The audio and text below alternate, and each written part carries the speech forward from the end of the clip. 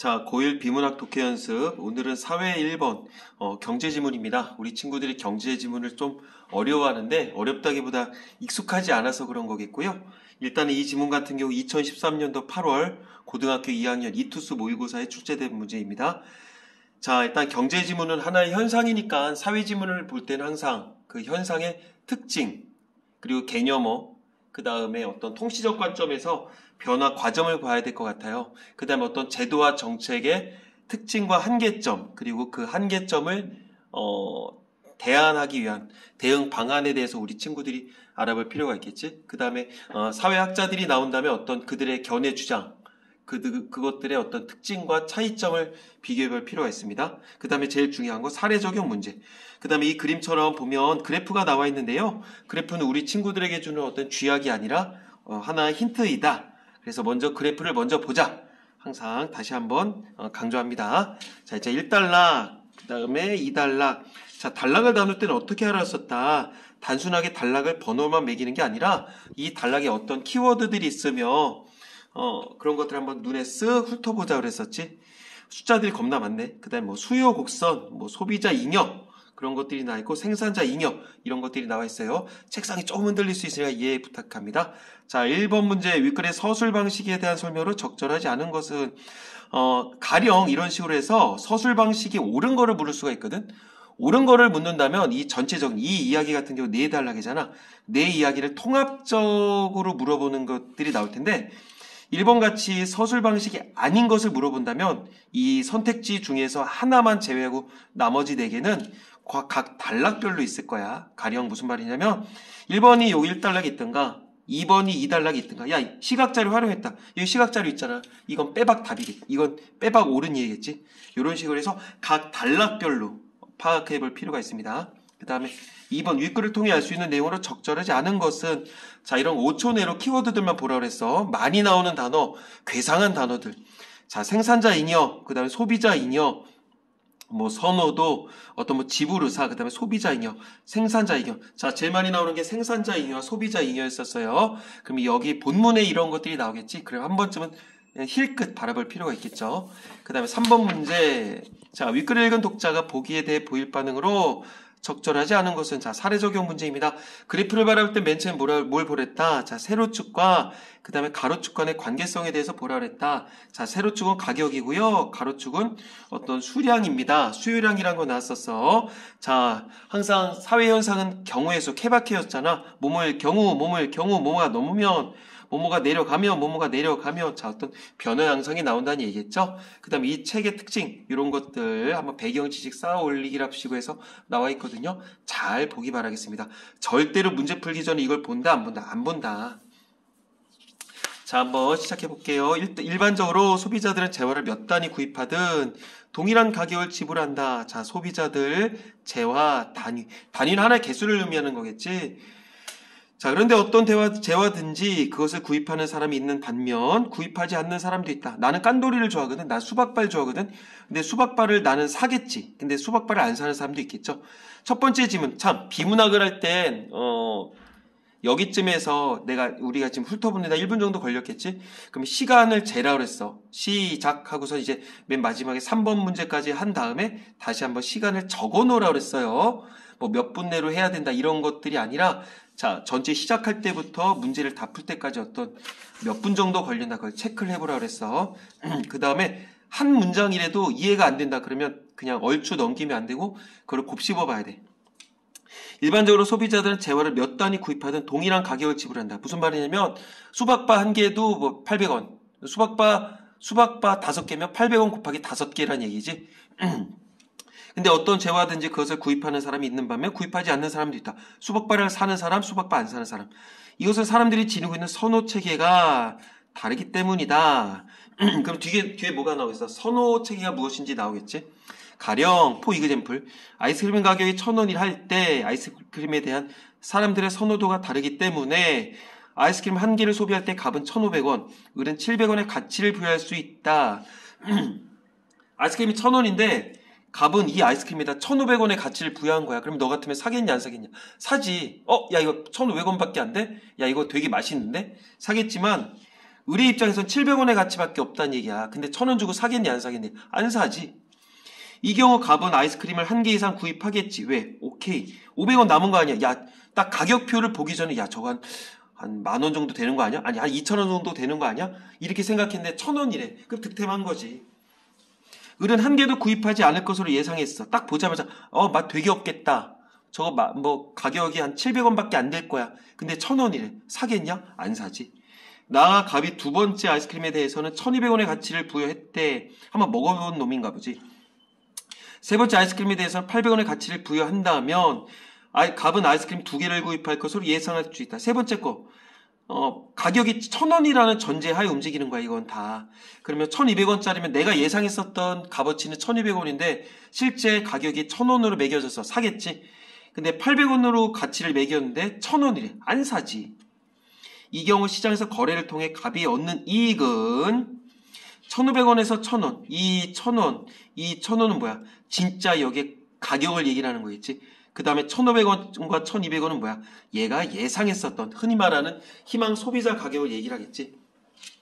700원이다. 자, 이러한 이득을 소비자 잉여라고 한다. 자, 소비자 잉여 뭐라고 그런다? 결국 잉여가 뭐야? 남는 거를 얘기를 하는 거 아니야? 즉, 소비자 잉여는 소비자가 어떤 상품을 구매하기 위해서 기꺼이 지불하고자 하는 가격과 이게 지불의사 가격이야. 여기다 적어놓을까? 지불의사 가격. 그 다음에 실제로 지불하는 가격 사이의 차이로 정의할 수 있다. 자, 소비자 잉여. 나는 텔레비전을 샀는데 50만 원을 예상을 했었어. 근데 텔레비전이 30만 원이야. 오케이. 얼마 번 셈이냐? 20만 원을 번 셈이 되겠죠? 그러면 그게 20만 원이 소비자 잉여야. 자, 다음에 가볼게. 2단락. 자, 여기까지 보고선 문제를 풀 수 있는 거 가볼까? 1번에 생산자 잉여 아직 안 났죠? 그 다음에 가격의 등락은 소비자 잉여, 생산자 잉여 안 났고 동일한 물건이라도 그 물건에 대한 소비자들의 선호는 달리 나타날 수 있다. 자, 여기 나왔었지? 선호책이라 나왔었으니까 요건 맞네. 자, 그 다음에 동일한 이거 뭐 지불의사 뭐 이거까지는 사실은 답을 구할 수 있겠지만 이제 넘어갈게. 2번 단락. 자, 수요곡선을 이용하면 소비자 잉여의 크기를 구할 수 있다. 수요곡선의 높이는 자, 여기 높이는 어떤 상품의 각 단위를 얻기 위해 소비자가 지불할 용의가 있는 금액이래. 자, 높이 세로축은 지불할 용의가 있는 금액. 그림이래서 소비자 어떤 상품을 Q0만큼 구입했다면 이를 구입하기 위해 기꺼이 지불하고자 하는 금액은 수요곡선 아래에 사대를 거 OABQ 요만큼이 얘 입장에서는 지불하고자 하는 금액이란 얘기야. 지불의사 가격이야. 여기서 요거의 면적이 지불의사 가격이 되는 거야. 그런데 소비자가 그 상품을 구입하기 위해서 실제로 지불한 금액은 음영 말 그대로 시커멓게 표시된 사각형 OPBQ의 면적과 같다. 자, 실제 지불한 금액은 요 면적이다. 따라서 두 면적의 차이를 나타내는 P0AB 요만큼이 소비자 잉여가 된다. 이 무슨 말이냐면 얘는 수요량이잖아. 한 개라 치자. 한 개, 두 개, 세 개, 네 개, 다섯 개라 치자. 한 개일 때는 요 정도 가격이면 얘는 살 생각이 있었어. 그 다음에 가격이 비싸지면 가격이 비싸지면 사고자 하는 욕구는 줄어든다는 건 당연한 얘기겠죠. 그래서 일반적인 수요곡선은 우하향이다. 그건 알고 있을 거야. 우하향. 사실 이렇게 그 직선이 아니라 이런 식으로 우하향 그래프를 가지고 있단 말이야. 즉 가격과 수요량 간의 어떤 반비례 관계, 역의 관계. 이 정도는 우리 중학교 때 배웠기 때문에 알 수 있어. 자, 그러니까 다시 얘기를 한다면 한 개면 이 가격, 두 개면 이 가격, 세 개면 요 가격, 네 개면 요 가격. 이렇게 했다는 얘기지. 다섯 개면 요 가격, P0에서 살 수 있다는 얘기야. 그러니까 요 넓이는 가격 곱하기 개수잖아. 그래서 요만큼은 얘가 사고자 하는 어떤 전체적인 그 금액이다 생각을 하면 될 텐데 실질적으로 가격이 요 P0에서 매겨졌다 치자고. 얘는 한 개일 때 이만큼의 가격을 지불할 의사가 있었잖아. 그치? 근데 가격이 요로 매겼어. 요만큼 벌었지.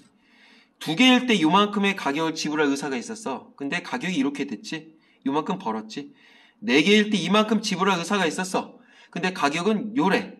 요만큼 벌었지. 쌤, 왜 이렇게 가격이 똑같아? 똑같잖아. 이 얘기 여기도 있었잖아. 재화를 몇 단위 구입하든 동일한 가격을 지불한다며. 이게 이렇게 수평선이랑 같다는 얘기겠지. 자, 소비자 잉여 대응되는 개념으로 생산자 잉여가 있다. 자, 그러면 공급 곡선을 이용하면 생산자 잉여의 크기를 구할 수 있다. 공급 곡선은 뭐예요? 즉 가격과 수요량 간의 어떤 사실은 수량이라고 하면 안 돼. 수요량이라고 하면 안 되고 수량이라고 해야 되겠지. 어떤 프라이스와 어떤 그 퀀티티의 관계인데 공급 곡선은 가격이 비싸지면 더 많이 판매하고 싶겠죠? 니네가 장사를 하는 사람이라 치자. 가격이 1,000원일 때는 하나 팔고 싶은데 2,000원으로 오르면 더 많이 팔고 싶겠지. 3,000원으로 오르면 더 많이 팔고 싶고 비싼 거를 더 많이 팔고 싶은 게 사람의 심리일 거야. 그래서 공급 곡선은 우상향이다. 당연한 얘기겠죠. 공급 곡선의 높이는 생산자가 각 단위의 상품에 대해 받으려고 하는 최소한의 금액을 나타낸다. 받으려고 하는 최소한의 금액이래. 어떤 상품의 공급이 그림 2에서 보는 것처럼 주어진다면 Q0만큼의 상품을 공급하기에 Q0 공급자가 받으려고 하는 금액은 공급곡선 아래 음역으로 표시한 사다리꼴 OABQ OABQ의 넓이다. 이게 뭐다? 얘가 요거의 넓이는 이만큼의 상품을 공급하기 위해서 요만큼의 상품을 공급하기 위해서 공급자가 받으려고 하는 금액이다. 요거 받고자 하는 금액 받으려는 금액 이렇게 적어놨어. 그런데 Q0만큼의 상품을 시장에서 공급하고 실제로 받는 금액은 직상 OP0BQ다. OP0 그러니까 가격이 여기서 형성이 됐다는 얘기겠지. 이처럼 생산자가 어떤 상품을 공급하기 위해 기꺼이 받으려고 하는 금액과 시장 거래를 통해 실제로 받는 금액, 여기서는 이 실제로 받는 금액이 얼마다? P0겠죠. 이 차이를 생산자 잉여라고 한다. 설마 이해 못하는 사람 없겠지. 자, 이 사람은 누구 또 5개라 쳐볼까? 한 개일 때 요만큼의 받으면 팔 의향이 있었어. 2개일 때 요만큼 정도면 팔 의향이 있었어. 3개면 요만큼 가격, 4개면 요만큼 가격, 5번째 Q0만큼이면 이만큼의 가격으로 판매를 할 생각이 있었어. 그러니까 요만큼 요 넓이는 가격이랑 개수를 곱한 어떤 받으려고 하는 금액이라고 볼 수가 있겠지. 근데 수량이 늘어난다고 해서 가격이 달라지는 게 아니라 하나의 물품에 어떤 신라면에는 똑같이 뭐 900원 이런 가격이 매겨질 거 아니냐. 그 가격이 여기래. 그러면 얘는 이만큼을 받을 의향이 있었는데 이만큼 받았어. 요만큼 벌었지. 이만큼 받으려고 했었는데 이만큼 받았어. 요만큼 벌었고. 이만큼 받으려고 했었는데 이만큼 벌었어. 그럼 요만큼 벌었지. 결국 요 넓이가 생산자 잉여가 되더라. 그 얘기야. 자, 시장이 형성되어 시장에서 물건들을 사고 팔 때 이건 어떤 뭐 거래가 이루어진다는 얘기겠지. 소비자에게는 소비자 잉여가, 생산자에게 생산자 잉여가 발생해 소비자, 생산자 모두에게 이득을 가져다 준다. 이득이 없으면 거래가 이루어지지 않겠지. 그런데 어떤 재화나 서비스의 경우, 자, 특이한 케이스인가 봐. 가격이 하락하면 소비자 잉여가 증가한다. 가격이 하락하면 소비자 잉여가 증가한다. 이것은 사회적 관점에서도 바람직한 현상이다. 그렇지만 가격이 하락하면 생산자 잉여는 감소하게 되므로 이런 측면을 고려해서 사회적으로 바람직한지 여부를 판단해야 된다. 가격이 하락하면 소비자 잉여가 늘어나는 대신에 가격이 하락하면 생산자 잉여는 줄어든다. 그러면 생산자 입장에서는 이득을 보지 않으니까 이걸 사회적으로 한번 바라봐야 된다는 얘기겠죠. 그래서 즉 소비자 잉여랑 생산자 잉여가 모두 극대화될 수 있게 거래가 이루어지는 게 필요하다.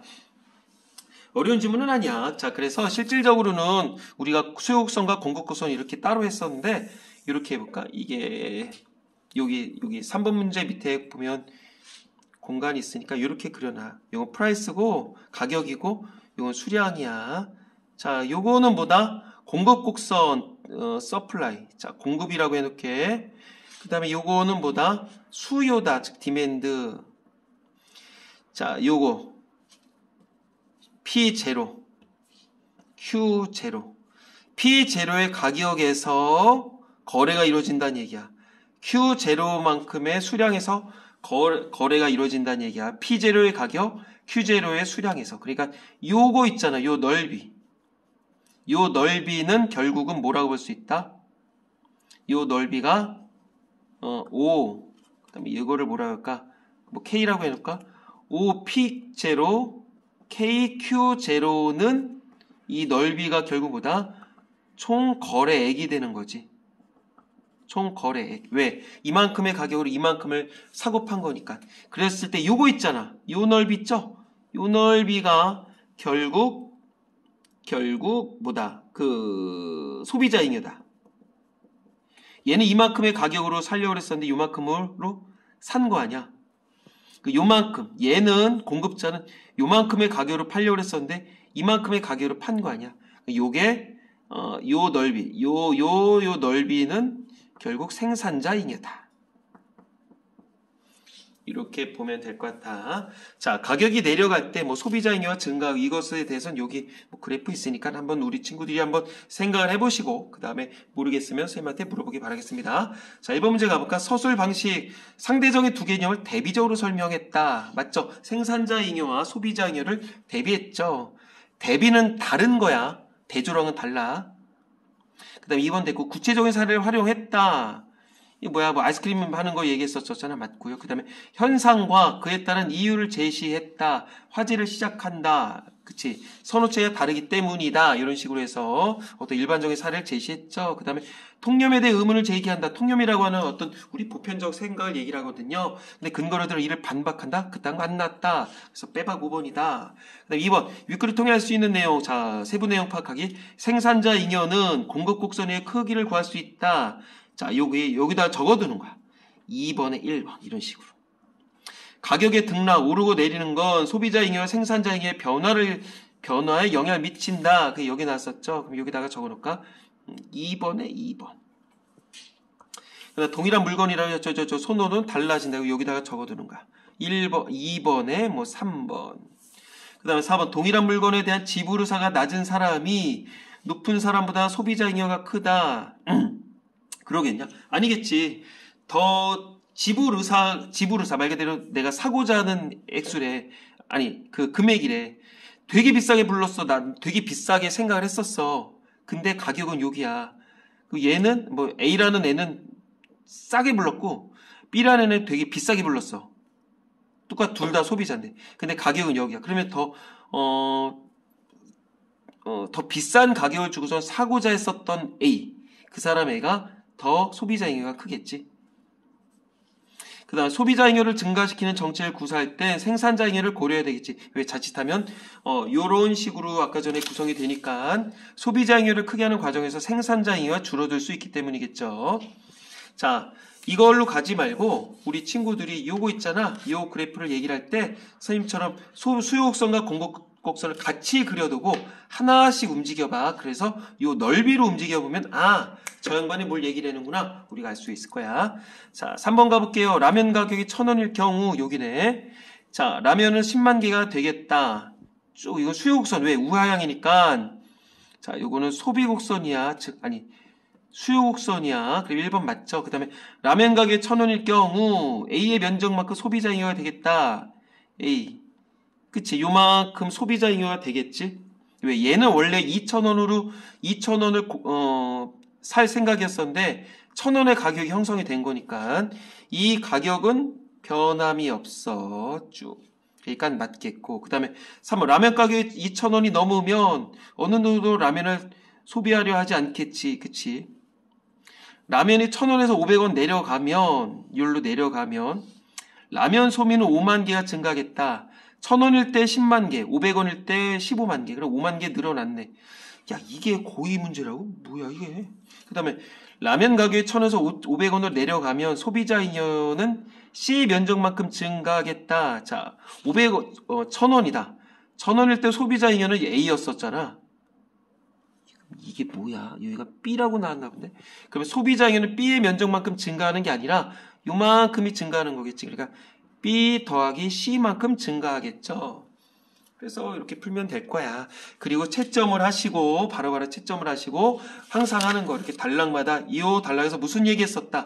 스키마 요약 정리해라 그랬었고 그 다음에 배경 지식 쌓으리 꼭 보시기 바라겠습니다. 자, 여기까지 갈게요. 수고했어요.